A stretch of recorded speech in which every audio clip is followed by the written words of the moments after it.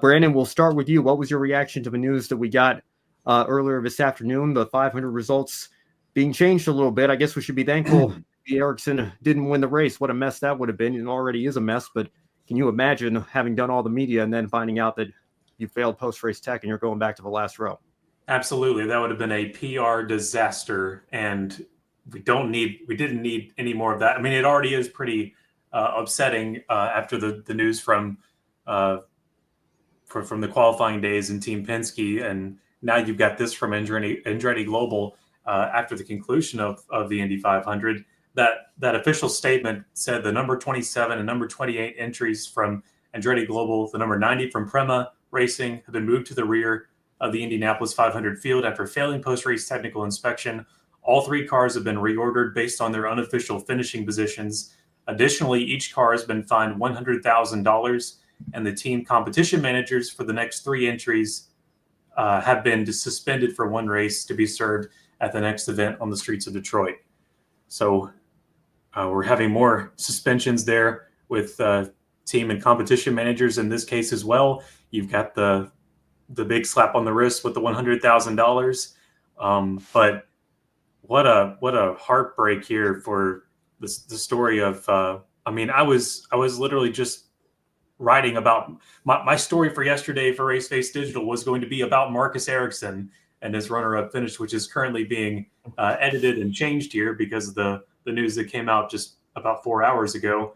But yeah, and also Marco Andretti, who spun there on the first lap after the heartache for Scott McLaughlin, which just put like a big L on the entire Penske Racing day. And then PREMA with Callum Ilott, not really sure where they ended up finishing, but it doesn't matter anymore. They were 12th, so I guess they get sent back to, they'll be the last car article, 33rd. Yeah, it's just it's just some news you really don't want to hear and wish wasn't a problem, but it obviously shows that there's some more manipulating or trying to push the limits of the rules in a way that may not be honest. Andretti, IndyCar and Indy Next X account put out, we are in receipt of the Indianapolis 500 post-race penalty notice as provided by IndyCar. We are taking the necessary time to assess the information and we'll be requesting a full review with IndyCar. So it kind of reminds me of Ben, you and I on the NASCAR side. It kind of reminds us of all these penalties that have gone to Richard Childress Racing and places like that, where they always say, we're planning to appeal. We're planning to do, here not repeal, but to have it reviewed and maybe have a discussion in a boardroom somewhere. But on surface level, we don't know too much more about this. I think we know a lot less about it right now than we do about the Team Penske situation, which is, we said last week, easily one of the biggest stories in American open wheel racing since the split, since we've been alive. I mean, it's really hefty stuff, and I really didn't want another team to be a part of that. But it appears on the surface here that Andretti Global may have a hand in some of that too. I certainly have some thoughts on that, but I will let Joe give his first here. Joe, what was your reaction to these penalties that came out earlier this afternoon? Started off as shock. We had just wrapped up the Grid Life wrap-up show.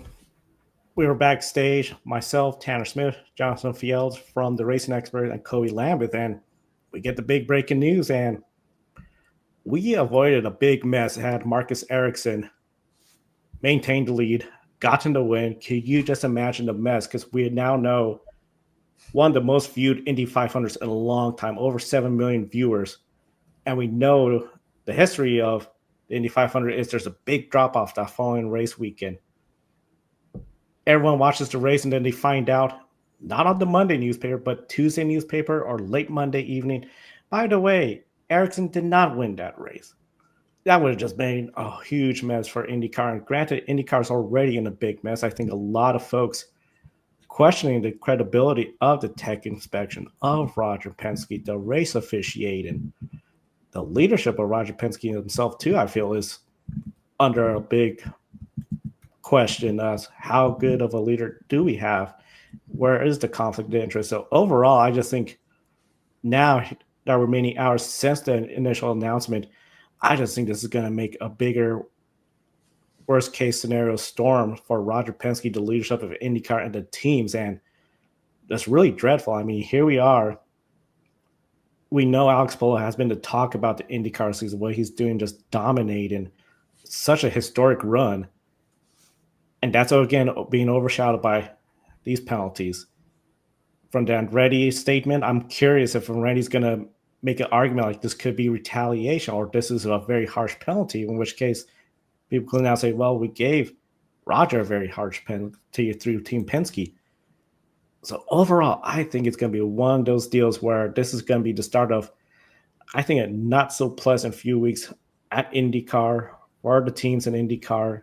And the next race, downtown Detroit, right outside the GM headquarters, home race for essentially Roger Penske, Chevrolet, Ilmor Engines, all his business partners. This is not going to be a fun few weeks for them.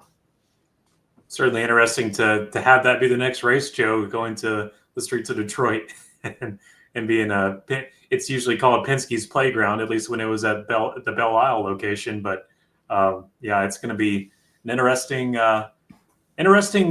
media center interviews during the during practice and qualifying, and also more questions. I think the Fox broadcast team, they were some of the first to like really ask some of the hard questions immediately, like I would, Will Buxton, I think he's very used to the whole landscape of Formula One drama and digging into scandals and things like that. But I was really just off topic, I guess. I was really surprised of how quickly Will Buxton and company there on Fox were quick to start talking about the problems at hand. Before we ever had a Jamie Little YouTube video talking with Roger Penske, before we had other things, they were really like going at it, like, I guess it was shocking because I thought maybe they were going to, err on the side of, let's wait till we know more information, but it felt a little more like going at it early. Yeah, well, and Kobe here, also in the chat, and Kobe, we'll get to your question on Larson and McLaughlin as well, because that's certainly been a big talking point from the Kyle Larson fans. But press release said the modifications gave Andretti a performance advantage, not a good look. Even engineers say Penske didn't gain an advantage from what they did. I know Jackson Lambros, when he was on Grid Tonight, was saying smoothing out the attenuator, he thought maybe a third of a mile an hour, a negligible at best, essentially advantage, if anything, for the Penske modifications. That was more modifying a spec part as opposed to what's allowed in the rule book. Obviously it wasn't, and that's why the penalties were so harsh here. But again, it just is reference again to the conflict of interest of having the man that owns the speedway and the series also own a team that competes in the series and competes very successfully. I know Matt mentioned on Grid Tonight as well how excited we were when the news came out 6 years ago that Penske had made this purchase. But I at the time, I remember saying back in the days when I was doing my Scout radio show as a college student, like, well, Tony George used to own Vision Racing. That was kind of a conflict of interest when he was in charge of the speedway and everything. And I don't know, Vision Racing, with all due respect to the people that were working on that team, didn't have nearly the amount of success and pedigree that Roger Penske's team has. So it's not hard to imagine that they would be under a much bigger microscope than Vision was, but maybe they could make it work. And Roger stepped off of the pit box, to his credit, and I think has done a decent job up until now, trying to keep that conflict of interest to a minimum. But at the end of the day, his name is on the series and his name is on those cars. You can't get around that. And so I think it's still not a great look. And I think that I like what James Hinchcliffe said on the Awful Announcing podcast. I know it's not an exact comparison here to say Roger Goodell doesn't own an NFL team because he's a commissioner as opposed to a league owner. But, Ryan McGee went on Pat McAfee's show and said, when you look at, imagine Jerry Jones purchasing the NFL and then still running the Cowboys and the Cowboys getting involved in a cheating scandal. Like, it was already not a good week for IndyCar. And then you couple that now with these penalties coming out almost 24 hours after the race finishes, much like what we've seen in NASCAR more than ever this year, I might add. I mean, we had another one this week with Sammy Smith we'll get into in the Xfinity Series. His fifth place result, I believe it was, sending him back to the back of the pack, back of the results because they failed tech. I just don't love what is happening now, where it seems like almost every week there is somewhere in some series at least one car or one team that is being caught bending the rules. And I'm glad that they're doing something about it, trying to protect the integrity of the sport that way. But this is not what I want to be talking about. This is not a precedent that I want to be setting here. And I watched David Land's video, David Land reacting to this earlier today. And, I was reminded of a conversation that I had with our director of library services at my day job at Gordon. Is much older than I am, but he grew up going to the Indianapolis Motor Speedway. He was telling me a story of when he saw AJ Foyt win his third race in 1967, and when that $6 ball bearing in Parnelli Jones's turbine failed, and thinking about what a different era that was, where, yeah, you could show up with a turbine and something completely different from the rest of the field. You had the front engine roadsters and the rear engine cars, and that 60s era, and I know that era so well because I played the Indianapolis 500 Legends video game. It was such a completely different, it was just a different time. You could show up and do something radical and see, Jack Brabham showing up in 61 and, really not having the advantage on the straights, but that rear engine that he was driving to wherever he finished, I think in the back end of a top 10, giving him that performance advantage in the turns. And then within just a few years, everybody was running rear engine cars. Now we have two engine suppliers, and aside from that, we have a universal aero kit now, and even the slightest modification to these parts here, even if in the case of Penske, it doesn't provide a performance advantage, everything is under such a microscope that you can't change the slightest possible thing to these parts, or else you're going to get slapped with massive penalties, and you're going to have to fire personnel at your team that have been there for years. I mean, I've got to be honest, I did not, again, watching David's video, did not realize just how integral Tim Cindric has been for as long as he has been. I know that he was kind of in position to take that team over one day, and has been such an integral part of that team for so long. But I mean, it's astonishing when you think about the personnel decisions and firings that happened earlier this week. So then to, again, have this news come out today, it just felt like the cherry on top, what has been the worst 500 month of May experience that I can think of in my lifetime. And Joe, I know you mentioned this. We were talking backstage before we came on the air here. And I have no problem saying it on the air because I put it out there on Twitter. It's out there for everybody to see now. For the first time since 2006, which was a time before Pixar's Cars came out, before I even knew what this sport was. I was born in 1999. So for the first time since I had been a race fan, I did not watch a single lap of the Indianapolis 500 live on television. And there's a whole multitude of reasons for that we could be here for the next 3 hours, me just spewing off every single problem I have with this series right now, why I'm so apathetic. I dropped the Drake and Josh line on Grid Tonight a couple of weeks ago. Like I said, I'm not mad at you. I'm done with you. That's just how I feel right now about the series. And I guess I shouldn't have said that because I do still care enough to be talking about it on our show right here tonight. I am upset that Penske and Andretti have been caught in this situation here. But I struggled for so long to get into it this year.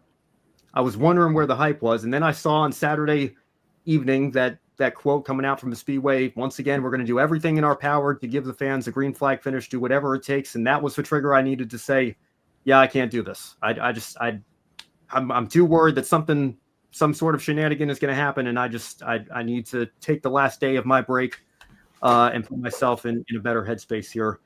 And so I didn't watch the race. And honestly, I was expecting to be tempted to turn it on at some point or feel like I was missing out on something. And I'm completely at peace. I don't regret it one bit. Now, I'm not trying to, believe me, I've been a part of the conversations where it's like, it's not an airport. You don't need to announce your departure. I'm not going to say, oh, I've been a fan for 20 years. I'm never watching this stupid sport again. And anybody that's still watching this is, like, of course, if you watched the race, I don't begrudge those who did. Those that were at the race, 350,000 people in the stands. It must have been a thrilling experience. It's still on my bucket list one day.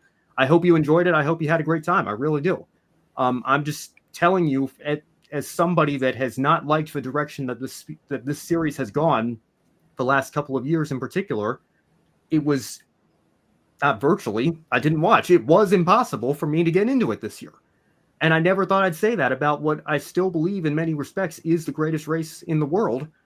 But I love this sport. I follow this series to such a degree that it's impossible to tune out all the noise. I'm not just a casual that lives locally and it's part of a local culture and tradition, and we're going to go to the speedway and watch this race every year and try to learn about the drivers as we're there. Like, no, I know this sport. I know these people. I know these teams. And it left such a sour taste in my mouth, and I couldn't get into it this year. And it's sad. It's frustrating to me that's where we're at.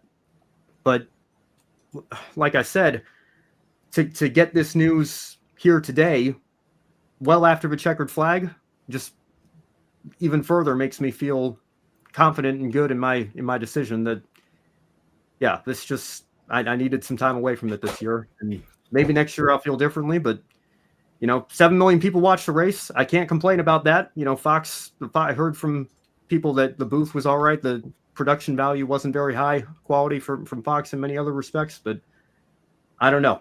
It's a very frustrating time to be an IndyCar fan when you think of everything going on in this series right now, and to have all of that infiltrate the month of May, just very disheartening to me. That's all I can say about it. One of the things, this is not just also this year, month of May.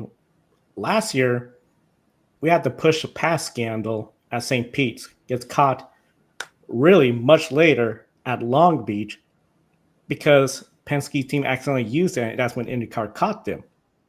You have that from last year. You got this from this year. I think it really is hurting credibility. We're hearing a lot of folks critical of Roger Penske that you own the team, you own the series, you own the racetrack. There's a conflict of interest, and no matter what Roger wants to claim that, oh, I don't talk to the team, you still have an influence.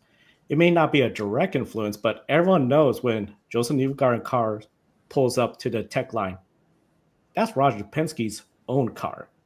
He doesn't need to be there to be like, hey, make sure everything's okay, but you just know there might be a little bit of pressure of, do I want to be the person to raise this concern I may have, or just let it go by? The other thing is this series has really changed so much from what you said, Ben, of bring what you brought.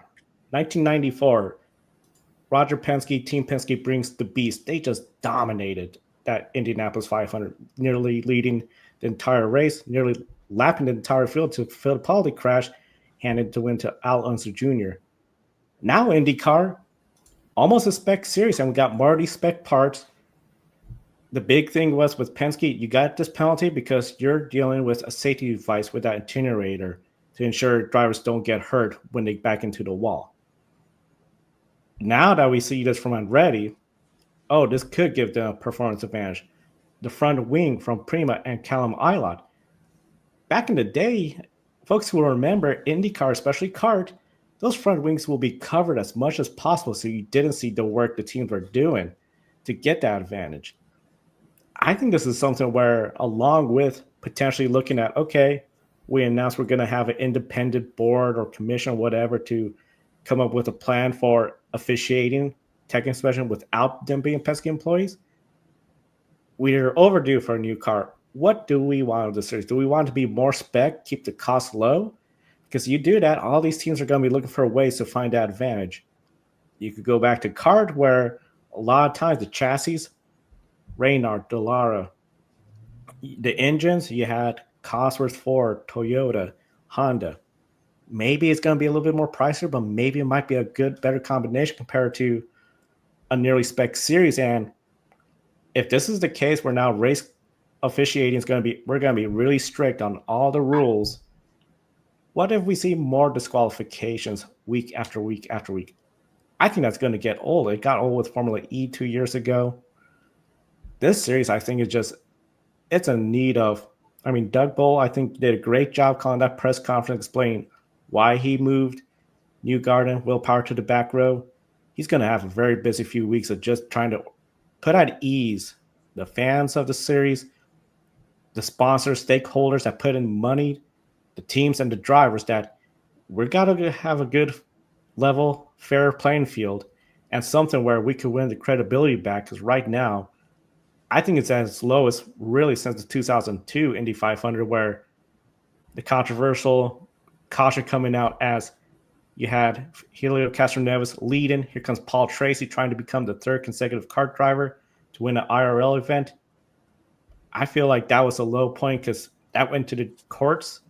I think could be a low point, and where you might hear people talk about another division, which we do not need another split in open wheel racing in America. Goodness, no.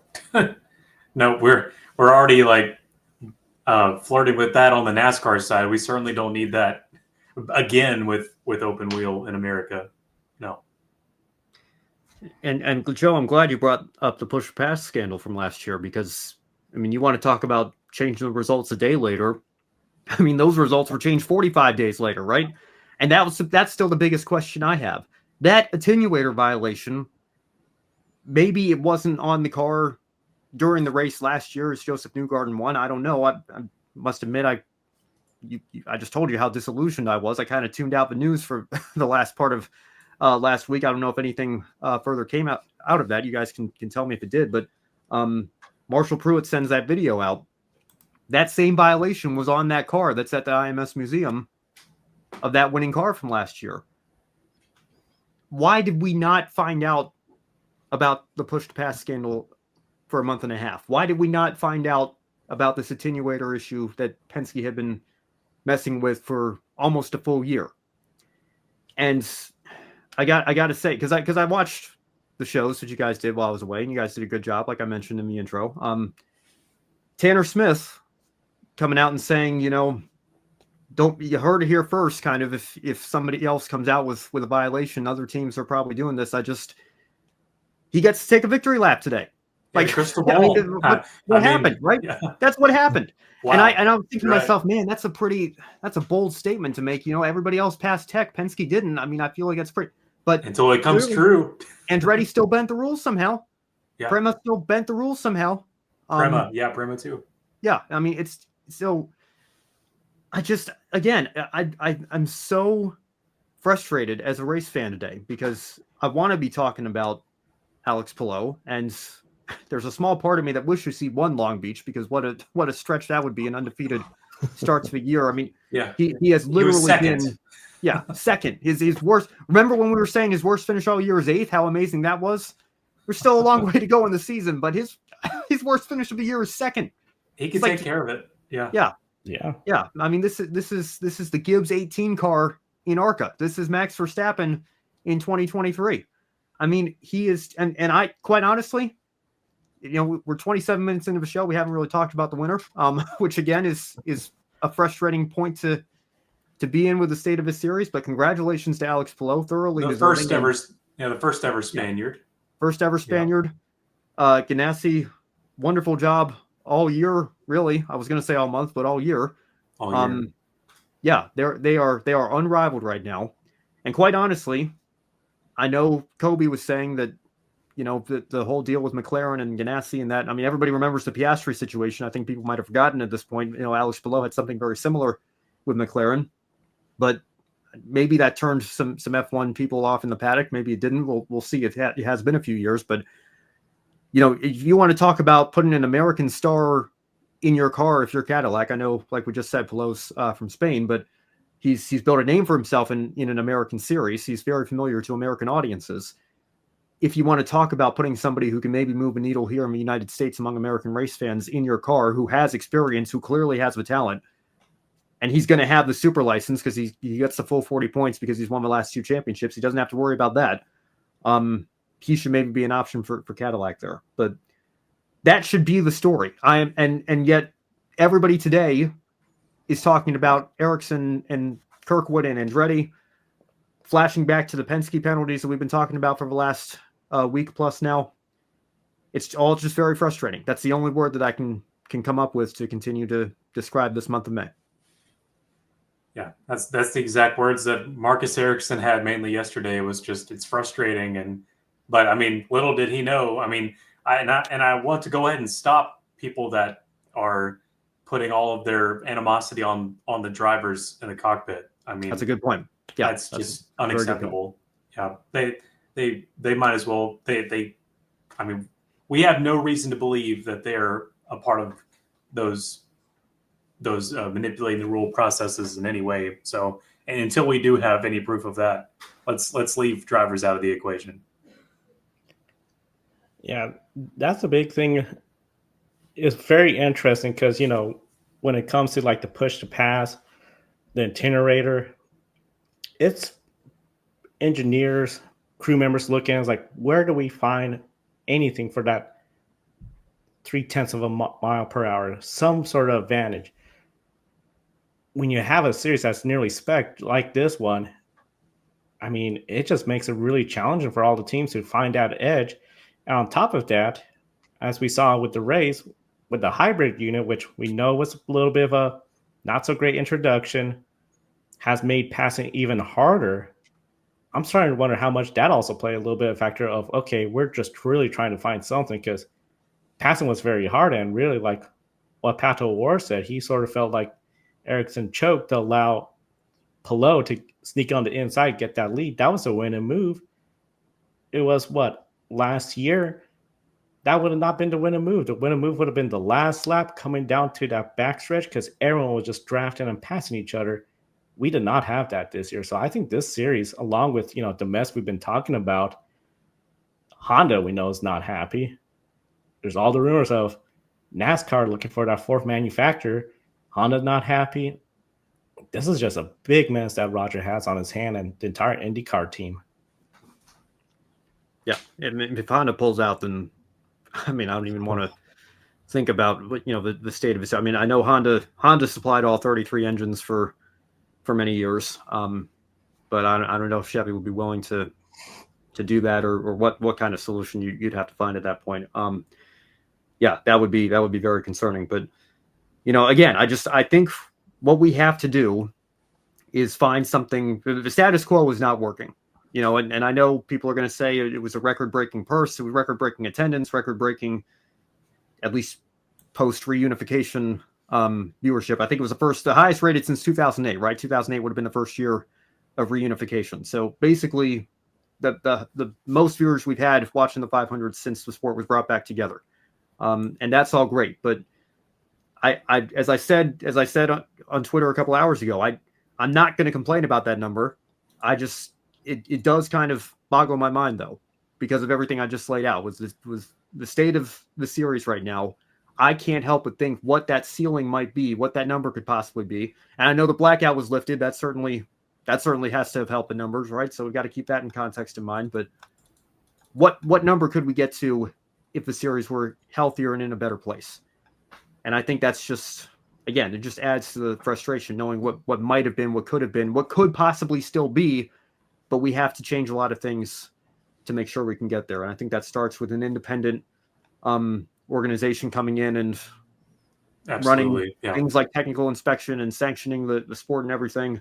Roger Penske, as much of the legend that he is, and all due respect to what he has accomplished in this sport, I don't think is the right person to be manning the ship, so to speak, right now.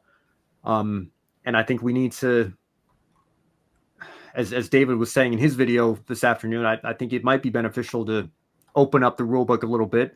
Maybe not go all the way back to, bring what you run and run wild like it was 60 years ago. I mean, there are plenty of things that we don't do 60 years ago, like we did 60 years ago, for good reason, right? The sport continues to evolve for safety reasons and whatnot. I'm not saying we need to go back to, completely open-ended rule books that, doesn't have any sort of regulations or anything, but, maybe moving away from a spec design wouldn't be such a bad idea. Maybe opening things up for more creative interpretation so that teams could push the edge of innovation and trying to find that 0.3 or whatever without having to resort to such tactics that break the rule book and result in us getting these massive penalties handed out. I think it's very, I shouldn't say easy, but I think the blueprint is there, and there's a possibility that, we could look at these things and try to implement them. Maybe not all next year, but start implementing some of them next year. And then in 1 or 2 years, whenever the new car comes out, because that's the other thing, we're 13, 14 years into the DW12 era, right? I mean, we need a new chassis desperately. It's the perfect time to reinvent ourselves in terms of what we're doing in this series. And if we can do that, then I would be happy to see that take place. And, I'm sure I'd love to start tuning into IndyCar races again. But where I'm at right now, it's so hard for me to get into it because, and again, this is not to take anything away from Pillot's dominance, but when it is harder to pass, I mean, and when Pillot is the fastest out of everybody on a Saturday, or, you know, I mean, it's just, it hasn't been as entertaining of a product here. I remember the Fox booth going crazy during the Grand Prix, right? We finally have a caution, right? I mean, it's just, I don't know. There's, again, we could be here all night, but we cannot pretend that everything is okay. Sometimes toxic positivity, I think, is just as bad as toxic negativity. And I'm not trying to fall into toxic negativity here. I think I have reasons for feeling the way I'm feeling. I'm not trying to, again, you know, cast aspersions out over anybody that watched the race and had a good time at the Speedway and enjoyed it. I'm glad you did if you were there. But I remember social media posts in January or February from the IndyCar account saying, you know, like ins and outs in 2025. It must have been January, I think, because it was the start of a new year. And one of the outs was negative talk. And I just kind of roll my eyes at that, thinking like, okay, so we're not allowed to have any sort of negative thoughts on anything we don't like in the series. We're not allowed to have opinions that maybe go against the grain a little bit and provide constructive criticism here. I just think that falls into that trap a little bit. Yeah, I don't think either Roger Penske or Doug Bowles are acting like nothing is wrong, per se. I think they're both very upset. And I mean, Roger Penske, I mean, my heart, I know his name is on a part of the problem, but my heart breaks for him because of how much he loves that place and that he's in charge of, and he wants it to be successful and flourish. And I said it last week, Ben, I've never seen Doug Bowles so like with fire in his eyes when he had to talk to Kevin Lee about the whole thing as it was happening, and just like, look, we've got this, we're doing this, and then had the press conference on Wednesday before the 500, and just basically said, look, we're going to have to look into an independent officiating. We're going to, like they said, we are going to look into that, and because what we're doing is not the way to go going forward. Yeah. And you say your heart breaks for Roger. I think Roger's heart breaks himself. I think he's been open about that and said that. Right. You know, so I want to, you know, be completely fair here and say that, you know, I mean, he fired Tim Cindric, for crying out loud. I mean, it's not like he's just blowing this off and not taking it seriously. Mm-hmm. They are taking this seriously, and I'd like to believe that they're, it had to have been painful, and I'd like to think that they're trying to find solutions here. But again, you know, anybody that is saying like, oh, it's the month of May, you know, it's the Indy 500, you know, let's just band together and watch and pretend like nothing's wrong. Like if that's still where your mentality is at, then I don't know. I don't think the series can continue to go on like this, like status quo is right now. Yeah, that's the big thing.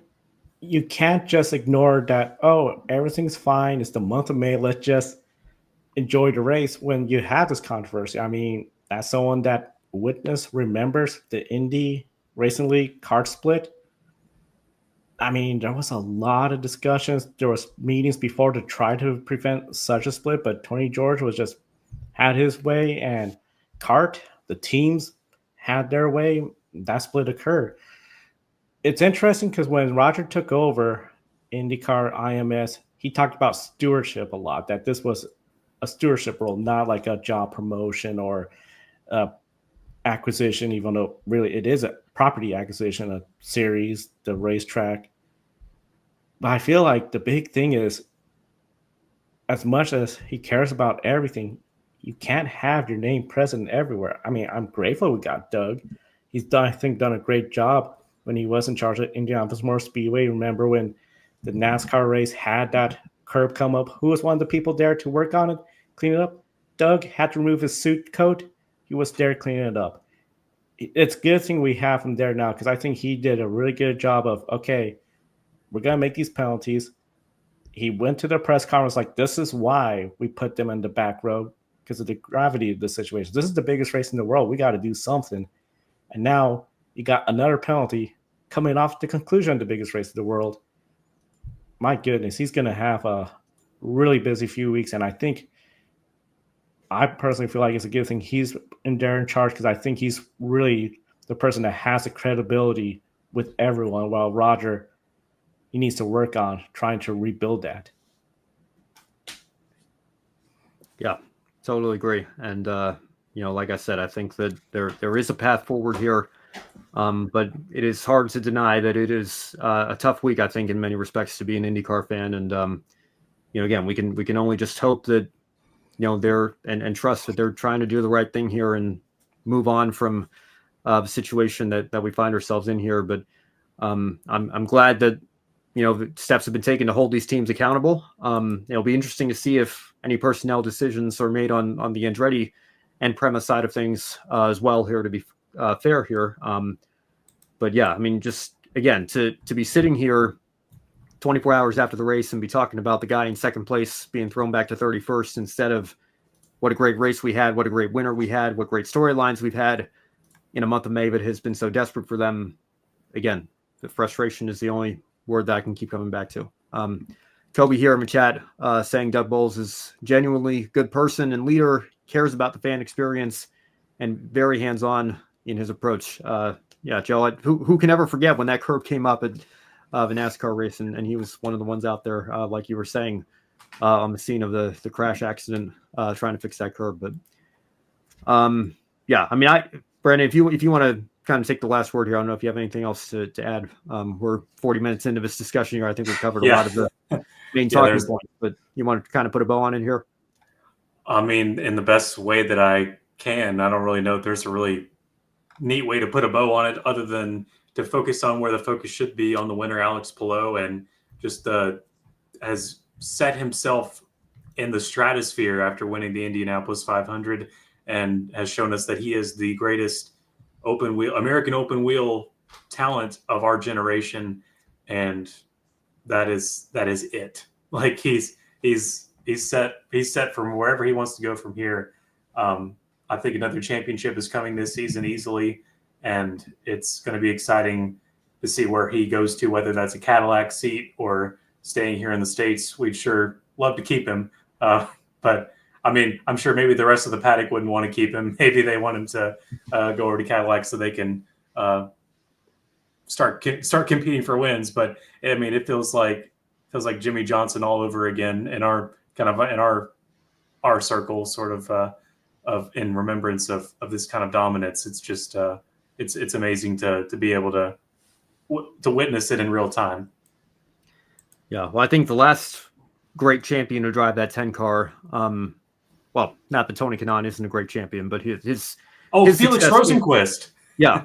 Yeah. Rosenqvist there too. Yeah. I mean, there's been some good drivers in that car since Dario. But of course, Tony's success in particular came mostly before he joined the Ganassi team. But Dario taking 4 championships in 5 years. I know the first one was with Andretti, and then the second year that he didn't win the title, he was off racing NASCAR. But that's what I think of when I look at what Palou's doing here. And as Kobe mentioned on the wrap-up show, he could skip the next 2 races.